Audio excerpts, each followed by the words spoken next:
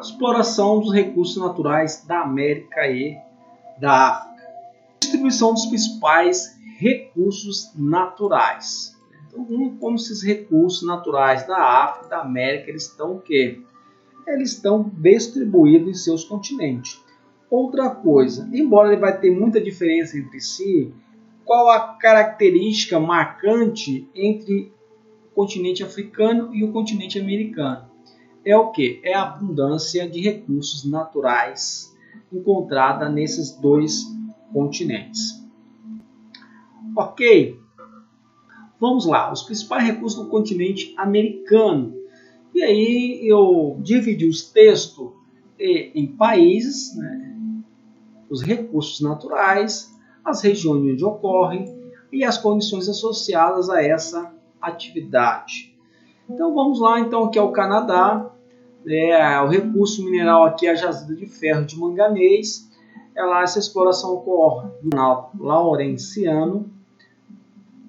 E essa exploração desse recurso ele já contribuiu muito para a industrialização do Canadá.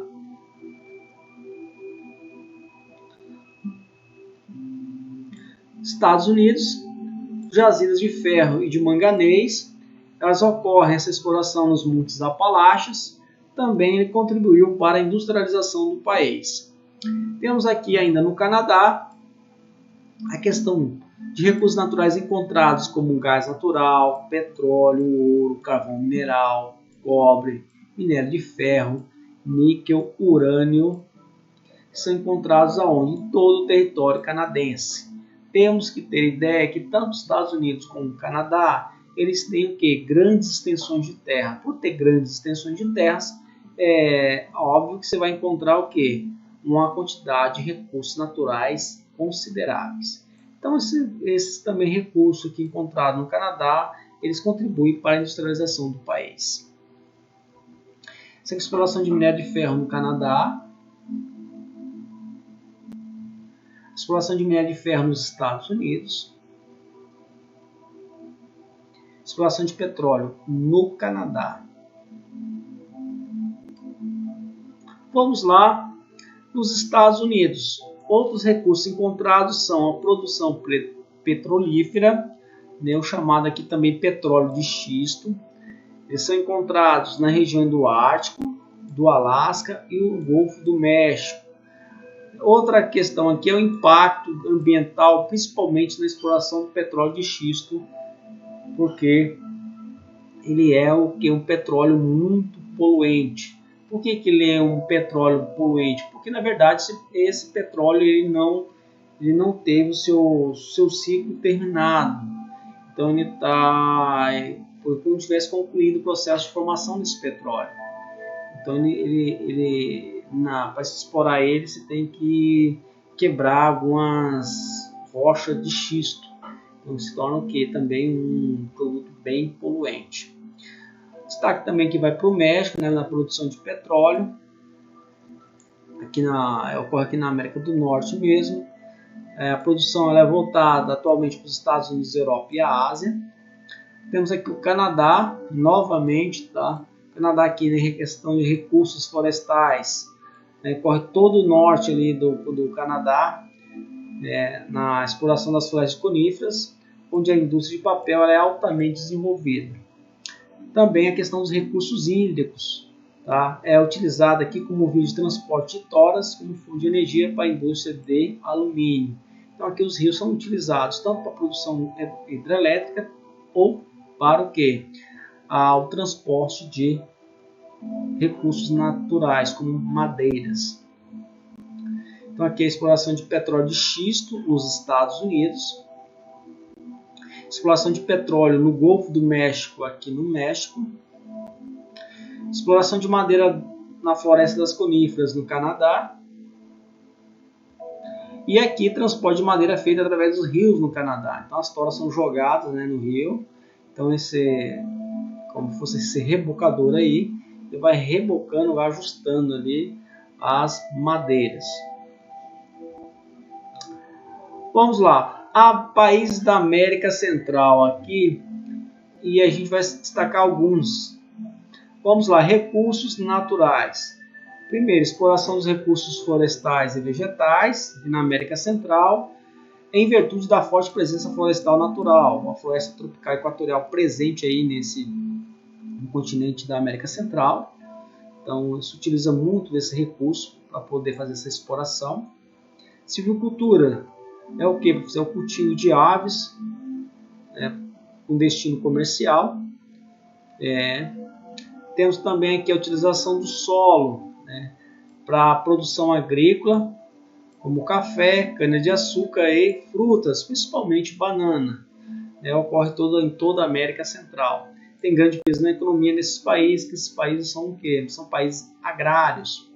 Outra atividade também em destaque é a pesca, que ocorre em toda a América Central, que é uma das importantes atividades dessa região. O turismo também é muito forte, principalmente nessa região do Caribe. Caribe é o quê? É a parte insular da América Central. É uma atividade extremamente importante. Grande parte desses países eles vivem do turismo. Então tem aqui a exploração de madeira na Costa Rica. Tem aqui a silvicultura também na Costa Rica. Eu tenho cultivo de café também na Costa Rica. A Costa Rica é um dos países mais desenvolvidos aqui da América Central. Tem a pesca aqui na América Central. Eu tenho aqui o turismo, aqui estão nas Bahamas, esse oceano azul turquesa, sol o ano todo, então é uma região que atrai diversos turistas. Vamos lá. Continuando, Venezuela, Colômbia, Equador, Peru, Bolívia e Chile. Esses países têm um destaque aqui na produção de minérios como cobre, zinco, prata, entre outros. Essa exploração ocorre aqui na América Andina. Contam com consideráveis reservas de produtos minerais e muitas vezes realizados de forma precária. E por isso, às vezes, você tem a perca, da produtividade, você acaba perdendo dinheiro nesse processo. Vamos que destaque também para o Chile, maior produtor exportador de cobre do planeta, localizado aqui nessa região da América Andina. Mais de um terço da produção mundial o Chile é responsável. Vamos lá, Bolívia, produção de prata, estanho, gás natural e sal. Esse sal aqui, gente, se retira o lítio. O lítio é porque para a produção de baterias. Também aqui na América Andina, são a principal fonte de divisas externa do país e a maior parte da produção se dá pela atuação de empresas transnacionais. Isso é um problema? Não. Se fossem estatais ou nacionais seria mais ou menos a mesma coisa, e como os produtos também são cotados em bolsa, hoje não tem muita diferença. Equador e Venezuela, são os maiores produtores de petróleo aqui do continente sul-americano, também são pertencentes aqui a essa região da América Andina. As reservas venezuelanas são as maiores do planeta, mas hoje a Venezuela sofre escassez na extração. Na verdade, está faltando gasolina na Venezuela, porque a PDVSA estatal venezuelana não consegue mais, não dá conta mais de explorar e refinar o petróleo para a própria população. Temos aqui o Peru e Colômbia, eles não são países de grandes recursos minerais como os demais países, mas eles têm mais recursos naturais e vegetais. Aqui também se destacam na questão da agricultura, o café e na pesca. Então grandes extensões de terras ocupadas pela floresta, apresenta solos e climas adequados para a produção de café. Na questão aí, gente, da pesca, aqui, o Peru, ele vai aproveitar essas condições favoráveis das águas oceânicas, gente, devido ao que a chamada aqui a gente chama de corrente de Humboldt. Não é uma corrente de Humboldt, é uma corrente fria. Essa corrente acaba trazendo o que? Bastante quantidade de nutrientes para a costa peruana. Isso acaba atraindo cardumes de peixe. Então mantém aqui os peixes mais próximos ao litoral, e isso dá uma vantagem muito grande para quem pesca. Isso aqui é a exploração de prata na Bolívia, exploração de cobre no Chile, isso aqui é a exploração de petróleo na Venezuela, esse é cultivo de café na Colômbia. Fechando aqui a América do Sul, Brasil. Então, Brasil, recursos naturais, jazida de ferro, cobre, manganês, alumínio, óleos brutos de petróleo, recursos florestais. Ocorre aqui na América do Sul, tem uma produção mais diversificada de produtos minerais, especialmente no caso brasileiro. Então, o Brasil vai ter sempre o quê? Essa questão dos recursos minerais. Então, o Brasil vai ter os recursos minerais aqui explorados nesta região. E temos aqui, por último, a Argentina. Então, na Argentina aqui, prevalece a questão das jazidas de gás natural e petróleo existente aqui. Tem notoriedade especialmente por recursos energéticos. Ok? Então, finalizando aqui a questão dos recursos naturais encontrados no continente americano, de norte a sul. Então, temos aqui a exploração de manganês no Brasil, exploração de petróleo também no Brasil, exploração de gás natural e petróleo na Argentina. Vamos aqui aos recursos naturais do continente africano. Então tem aqui os 4 principais aqui, a Líbia, a Argélia, a Tunísia e o Egito.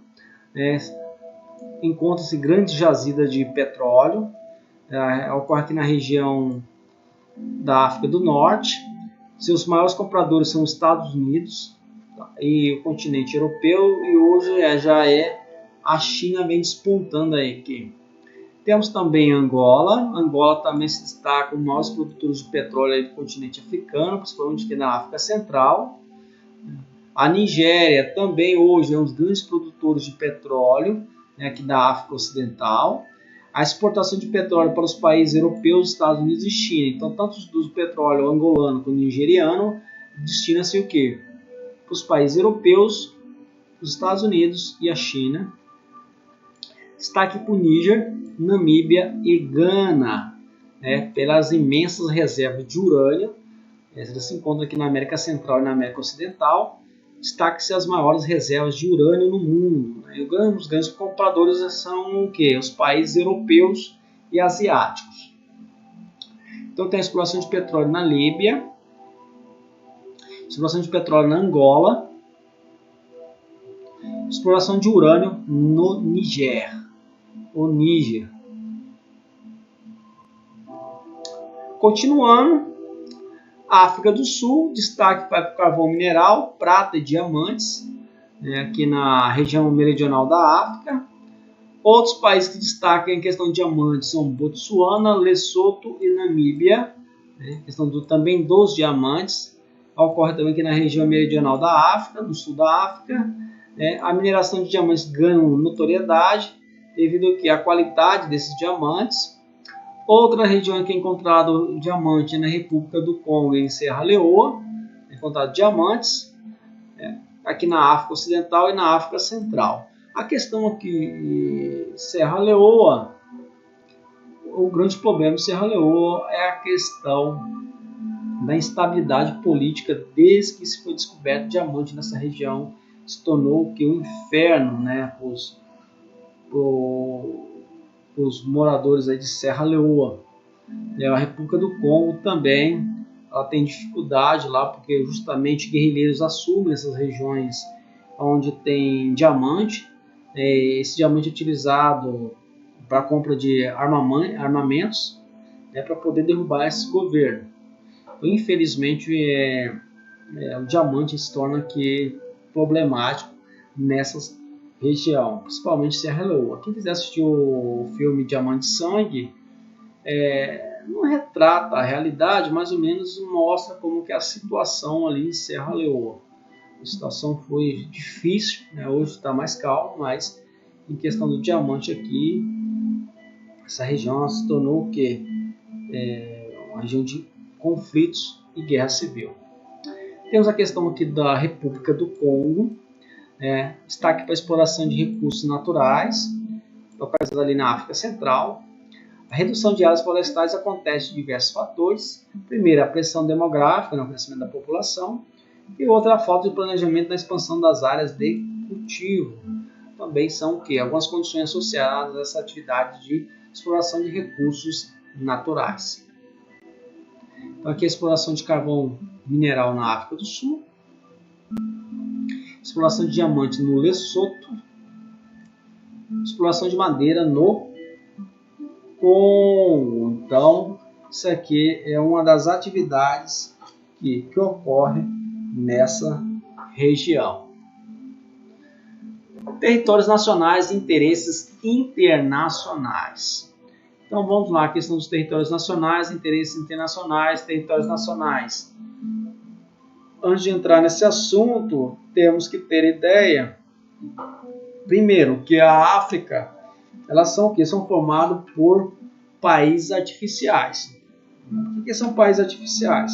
Países criados ali, com a saída dos colonizadores, se deixou para trás, de qualquer forma ali, fazendo com que tribos, povos, rivais, acabassem sendo colocados dentro de um território só. Então tem aqui a questão do quê? De várias etnias. O problema é várias etnias dentro de um território. O problema é que essas etnias, elas estão o quê?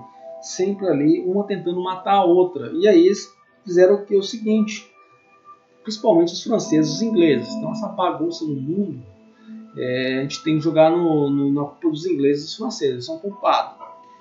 O Oriente Médio, os ingleses e os franceses. A África, os ingleses e os franceses. A maioria deles estiveram lá. E são o quê? Então esse problema é muito grave. Por quê? Porque justamente deixaram povos, diferentes etnias, dentro de um território só. Vamos lá então. Então no meado do século aqui, 19, o que vai ocorrer? Enquanto os países da América haviam passado séculos de colonização e miscigenação, a maioria tendo conquistado sua independência. Então lá no século XIX, esses países do continente americano vão se tornar independentes.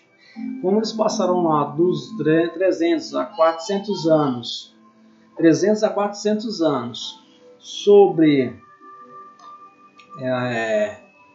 o domínio dos europeus, o que vai ocorrer? Vai haver o processo de miscigenação. Esse processo de miscigenação ele vai acalmar as questões étnicas. Então, quando há o processo de descolonização da América, isso vai ser, principalmente em questão de etnia, isso não vai ocorrer mais, porque os povos já estão tudo miscigenados, a maioria já estão com as suas línguas, já estão consolidadas, essa língua do colonizador já estão consolidada. Então, a partir daí, para a formação de um país, primeiro o povo já foi formado, a sua língua já foi estabelecida, então vai ter uma certa tranquilidade no decorrer desse processo, ok? Vamos lá, isso vai ocorrer com os povos africanos? Não vão ocorrer com os povos africanos, porque vão ser nações mais jovens, onde os processos não foram consolidados. Então, os territórios dos povos africanos e seus recursos naturais, por sua vez, permaneciam em grande maioria sob a administração dos nativos. Então, quando no século XIX, vai ocorrer aqui a descolonização ou a independência dos países da América, no mesmo período a África está lá com seus recursos naturais intactos, sendo administrado por quem? Pelos nativos. Só era uma boa administração? A questão se era ou não a gente deixa para um segundo momento. Então, vai ocorrer o quê? Que a África, nesse período, que está ocorrendo a independência na América, ela vai estar o quê? Apenas com os entrepostos comerciais. A colonização aqui ela é mais ao litoral, por questões muito mais comerciais do que a exploração do território em si. A gente tem que ter ideia disso que vai ocorrer aqui na África. Então, na África vai ocorrer essa forma aí, tá bom, gente? Tem que ter ideia também que 5 milhões de africanos eles foram escravizados, eles foram enviados principalmente para o continente americano. O continente americano diz assim, todo o continente. Então, por séculos, o tráfico negreiro que ocorria no meio do Oceano Atlântico subtraiu aí grande parte da mão de obra de regiões interioranas da África. Professor, como se dava isso aí?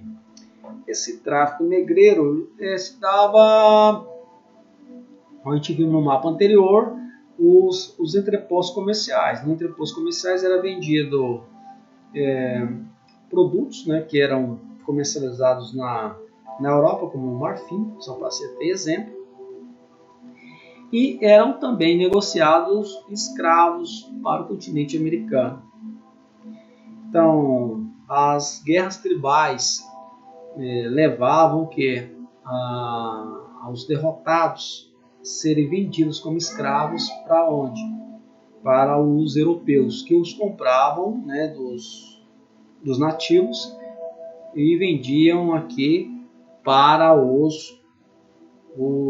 as colônias tanto holandesas, portuguesas, espanholas ou inglesas ou francesas aqui no continente americano.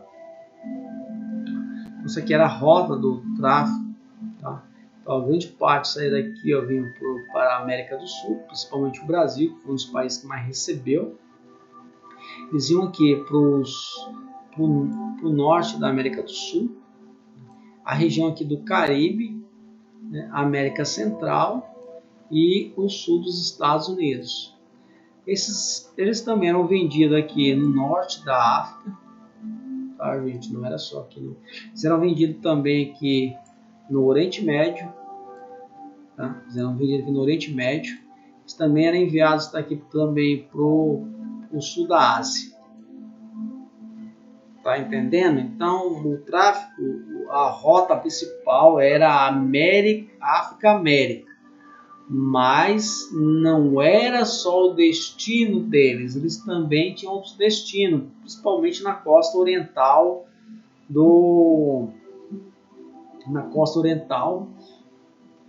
da África. Não esquecendo que por que havia essa daqui, professor?